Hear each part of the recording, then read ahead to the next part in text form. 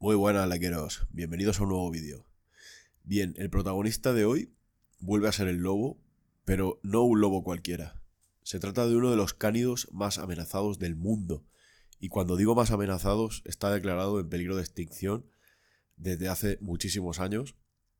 Desde la época de los 80 se le declaró extinto en vida silvestre y las pocas poblaciones que quedan están o en cautividad o han sido reintroducidos en la naturaleza, pero con unas grandes dificultades que ahora veremos. Vamos a explayarnos, como siempre, en el contexto histórico, contexto geográfico. Vamos a hablar de este tipo de lobo, que no es comparable a ningún otro, situado en la zona de Norteamérica, en Estados Unidos. Y ya veréis qué interesante, qué animal más bello, con esos colores rojizos que le caracterizan. Bueno, no voy a adelantar nada, os pongo la cabecera y vamos con la aventura.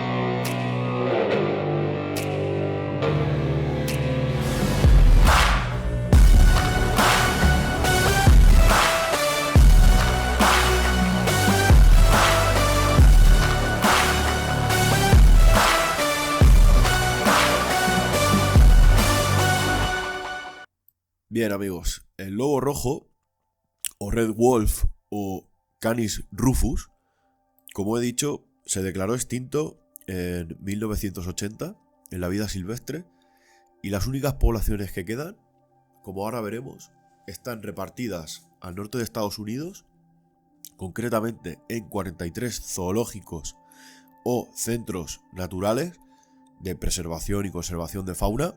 Es una entidad que se desarrolla allí en Estados Unidos. Como sabéis, en Estados Unidos ahora vamos a ir comentando una serie de términos porque todos los estudios que he analizado estaban en inglés, obviamente, y ellos utilizan otra terminología.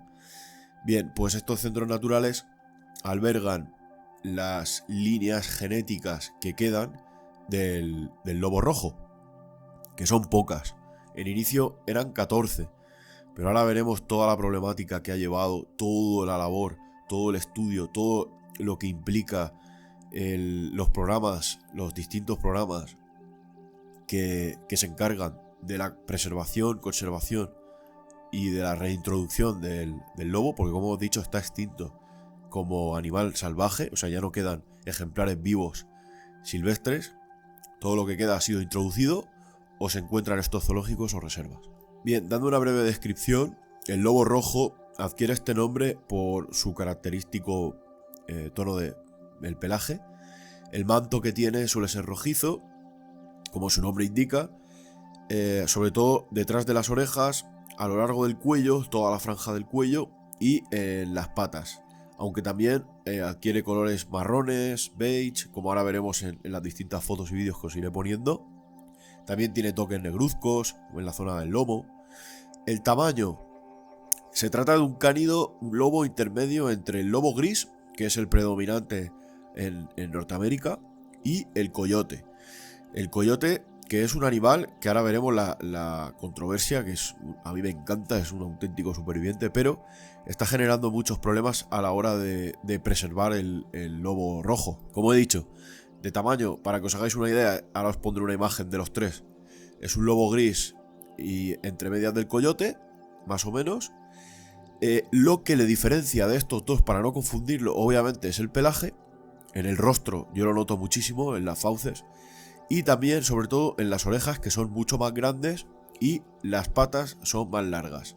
Para que os hagáis una idea, el peso ronda las 45-80 libras, que traducido a los kilos son entre 20 y 36 kilos en ejemplares adultos, y entre más o menos 26 pulgadas, que vienen a ser 66 centímetros de alto, y en torno a 120 centímetros, 1,20 m de largo, más o menos, desde la nariz hasta la cola.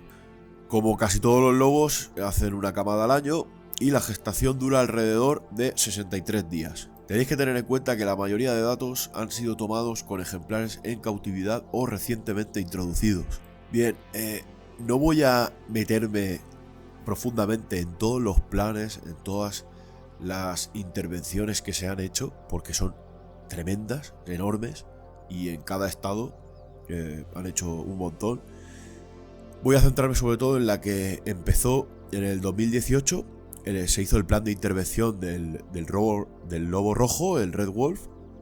Y bueno, las principales bases de este plan era reducir la mortalidad, aumentar la tasa de reproducción, crear unos planes de liberación y reintroducción de la población cautiva de lobos y, sobre todo, solucionar el problema del mestizaje, porque hay mucho mestizaje con el lobo gris y sobre todo con el coyote, que son sus principales competidores, obviamente. Como buen cánido, viven en manadas o grupos familiares grandes y tienen un territorio bastante extendido, que lo defienden fervientemente y son muy reacios con sus propios congéneres. Bien, voy a comentaros uno de los problemas, como he dicho al principio, en los que se están encontrando los científicos, y es que resulta que tanto en los zoos como en estos centros naturales, o como la población que ha sido reintroducida y ya puede considerarse que es silvestre, aunque reintroducida, repito,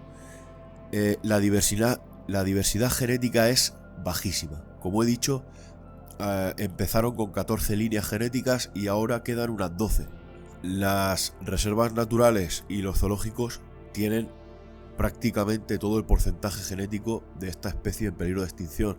Entonces, los trabajos de reproducción y de mezcla tienen que ser muy elaborados y muy cuidadosos para que no haya una endogamia. Luego a todo esto tenéis que añadirle la falta de zonas de reintroducción. Como bien sabéis, Norteamérica es una zona de caza, una zona de reservas. Es muy complicado diferentes estados federales ponerse de acuerdo, coordinarse en la ordenación del territorio. Está el tema de la caza, que resulta un problema bastante grande. Luego el tema del hibridaje, que ya lo hemos comentado, sobre todo con el coyote.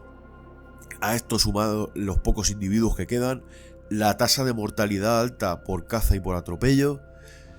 No lo tiene nada fácil el pobre lobo rojo. Los esfuerzos que están haciendo son tremendos, desde aquí valorarlo, pero muchísimos científicos pronostican que de aquí a 120 años, 80 años, si no se solucionan estos problemas, posiblemente estaremos hablando de que el lobo rojo se ha extinguido. Bien, tratando un poquito la normativa, la ley que contempla este cánido está incluido como amenazado de extinción según la Ley de Preservación de Especies en Peligro de Extinción del 15 de octubre de 1966. Actualmente está contemplado por la Ley de Especies en Peligro de Extinción de 1973. Bien, los estudios de los americanos contemplan dos términos que quiero dejarlos claros. Por una parte, hablamos de una población experimental, única y no esencial. Bien, esto quiere decir, el no esencial quiere decir que si esa población, ese núcleo poblacional de lobos sufriera un decrecimiento, no afectaría a la supervivencia de la especie. En cambio, si sí que es esencial, repito, población experimental única, sí esencial o esencial, estamos hablando de que si esa población desapareciera, sí que afectaría directamente a la extinción de la especie. Como hemos dicho, las poblaciones en cautiverio representan la esperanza de esta especie para sacar de ahí las futuras camadas, los futuros ejemplares. Estamos hablando de 43 zoos y centros naturales, ahora os pondré un mapa. Y las poblaciones se concentran en Carolina del Norte, concretamente en 5 condados: Beaufort, Dare, Hyde, Tyrrell y Washington. Haciendo un poquito de alusión a la historia de este lobo, pues a mí me recuerda muchísimo, no tiene nada que ver, pero con el tema del puma, porque en muchas zonas de Norteamérica y Canadá se le caza, y por otro lado están invirtiendo muchísimo dinero en planes de gestión y preservación, y esos ejemplares se cazan. Entonces aquí la controversia de los Estados Unidos, de América del Norte, porque tenéis que pensar que este cánido abundaba en muchísimos territorios de Norteamérica, de Estados Unidos, pero la continua ordenación del territorio, la expansión de las sociedades humanas, la gran actividad cinegética ha ido mermando su población hasta niveles de la extinción, y luego aparte le ha ido quitando territorio. Tener en cuenta que sus principales competidores, aparte del hombre, son los coyotes, que el lobo rojo depreda como un buen superdepredador, como sabréis, y sobre todo el lobo gris.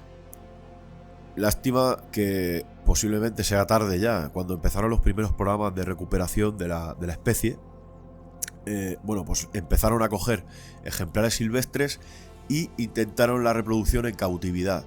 Tenéis que tener en cuenta que a lo mejor estos no son los mejores métodos de actuación, pero tenéis que pensar que era la época, ¿no? A principios de siglo, y bueno, pues esta gente intentó salvarlo de la mejor manera que pudo. El lobo rojo fue descrito principalmente por Audubon y Bachman allá por el año 1851. Fueron analizados por primera vez. Y aquí empieza la controversia que hasta hoy tiene duda, incluso con las técnicas de genética que tenemos actualmente. Bien, pues cuando empezó a describirse, como hemos dicho, allá por el siglo XX, hay varias teorías. Por una parte, que el lobo rojo es una subespecie del lobo gris. Por otra, que desciende o evolucionó del coyote, separado del lobo gris. Otra teoría dice que hubo una hibridación con el lobo gris o con el coyote, allá por el Pleistoceno, hace 10.000 años, hasta recientemente 300 años. Luego, que tiene relación o un antepasado común con el Canis lupus lycaon o lobo licaón, que ahora os pondré una foto. El Canis lupus lycaon o lobo licaón fue considerado como especie a principios del siglo XXI, concretamente en 1999, y se dice que el lobo rojo proviene de un antepasado común de este lobo. Y por último, ya os digo que no se ponen de acuerdo los científicos, cada uno tiene su teoría. Hay que ahondar más genéticamente en esto y tener en cuenta que quedan muy pocos ejemplares para analizarlos. También se dice que evolucionó de un ancestro común al coyote. Sinceramente, yo quiero saber lo que pensáis vosotros con los vídeos y las fotos que os voy a poner. A mí me recuerda muchísimo al comportamiento del coyote, sobre todo en la forma de gemir, de aullar y de comportarse, ¿no? Tan nervioso, tan asustadizo. Me recuerda mucho a los coyotes, pero es que también tiene algo de lobo que lo caracteriza, no sé. Yo no sabría qué deciros, pero me recuerda tanto a un lobo como a un coyote. Como digo, hace más de 40 años que se está intentando salvar esta especie. La primera reintroducción se realizó en el estado de Carolina del Norte, concretamente en un refugio nacional llamado Vida Silvestre Alligator River, allá por el año 1987. Soltaron 4 machos y 4 hembras. Más de 60 adultos han sido liberados desde entonces, Y bueno, pues mantuvieron el territorio y formaron manadas, se reprodujeron, o sea que fue exitoso. Para que entendáis un poquito, luego la segunda suelta, la segunda reintroducción fue en el Parque Nacional Great Smoky Mountains en Tennessee. Bien, como he dicho, hay muchísimos problemas, ya no solo por la falta de genética y de individuos, que dificulta el desarrollo de la especie, que yo no sé cómo van a solucionar esto. Ya no, si no es por clonación o por... es que no lo entiendo, no sé cómo se va a salvar el pobre animal. Luego, añadirle las inclemencias del tiempo. Ahora os pondré un mapa de esta zona donde Carolina del Norte está azotada muchísimas veces por las inclemencias del tiempo, inundaciones, huracanes, en fin. Todo esto dificulta muchísimo las labores de reintroducción y preservación. Luego, también es súper difícil acotar una zona para la reintroducción. O sea, la ordenación del territorio aquí tiene que actuar de una manera coordinada con los diferentes estados o condados. Luego está el tema de la hibridación. Claro, y aquí os pongo yo en la mesa una pregunta. ¿Se ha dado naturalmente esta hibridación entre coyote y lobo desde hace miles de años? Pero claro, ahora supone un problema, porque si tenemos ejemplares contados y encima hay una falta de genética, de diversidad genética, si encima se hibridan, pues esto va a suponer la desaparición de la especie. Pero claro, tener en cuenta que esto lleva ocurriendo naturalmente desde hace miles de años. Entonces, es bueno, es malo, porque se están haciendo programas de esterilización. Ya no de... aparte de control letal del coyote, porque el coyote está muy extendido por Norteamérica y se le da bastante caza, la verdad, al pobre animal. Y es un principal competidor, también es una principal presa de este lobo. Se lo come, igual que el lobo gris se come al coyote. Pero claro, es bueno la interacción, porque en un estudio que leí dice que el lobo rojo depreda al coyote, pero también se mezcla con él cuando no ve que haya una hembra para fecundar, por ejemplo, o no pueda formar una familia. Entonces, ahí hay una simbiosis entre hibridación y depredación. Es curioso esta dualidad. Luego también hay que lidiar con las enfermedades. Claro, a la falta de diversidad genética también añadirle las enfermedades que se van transmitiendo. Luego el tema de la liberación. La mayoría de ejemplares devueltos a la naturaleza son cautivos. Ya sabéis que los animales cautivos es difícil devolverlos a la naturaleza, aunque estos animales son muy primitivos y está demostrado que se adaptan. Luego está el tema de la caza, de los atropellos, en fin. Hablan muchísimo en los estudios del cambio climático. A quien le interese que me hable por privado y se los paso, son interesantísimos, pero son cientos y cientos de páginas. Entonces yo os estoy dando una pincelada por encima de todo lo que he leído, traducido y resumido. Bien, pues imaginaos todos los problemas que está teniendo. Desde aquí me quito el sombrero ante las principales entidades que están haciendo esto. La mayoría de estudios, de gráficas, mapas, fotos que he consultado vienen del Servicio de Pesca y Vida Silvestre de Estados Unidos, que colabora y promulga el programa de recuperación del lobo rojo. Es muy interesante echarle un vistazo a esta página porque habla muchísimo de todo esto y de más especies y de biotopos naturales. Así que nada, chicos, me hacía mucha ilusión traeros este lobo, este cánido al canal. Espero y deseo que puedan recuperarlo, que puedan sacarlo para adelante, que haya una coordinación que parece que la está habiendo. Las últimas actualizaciones de 2024 son prometedoras, pero aún así tener en cuenta que en unas décadas podemos declararlo extinto. Así que disfrutarlo lo que podamos, intentar salvarlo, que esto sirva de lección para otros cánidos que son esenciales para la naturaleza. Y desde aquí lo comparo con el lobo ibérico, que ha estado a las puertas de la extinción. Así que nada, amigos, muchísimas gracias por llegar hasta aquí. Si os gusta, suscribiros, darle like, me vais a ayudar un montón. Compartirlo con quien le pueda gustar el contenido. Y nada, amigos, desde aquí un aullido. Espero que el lobo rojo se salve. Nos vemos en la próxima aventura. Un abrazo.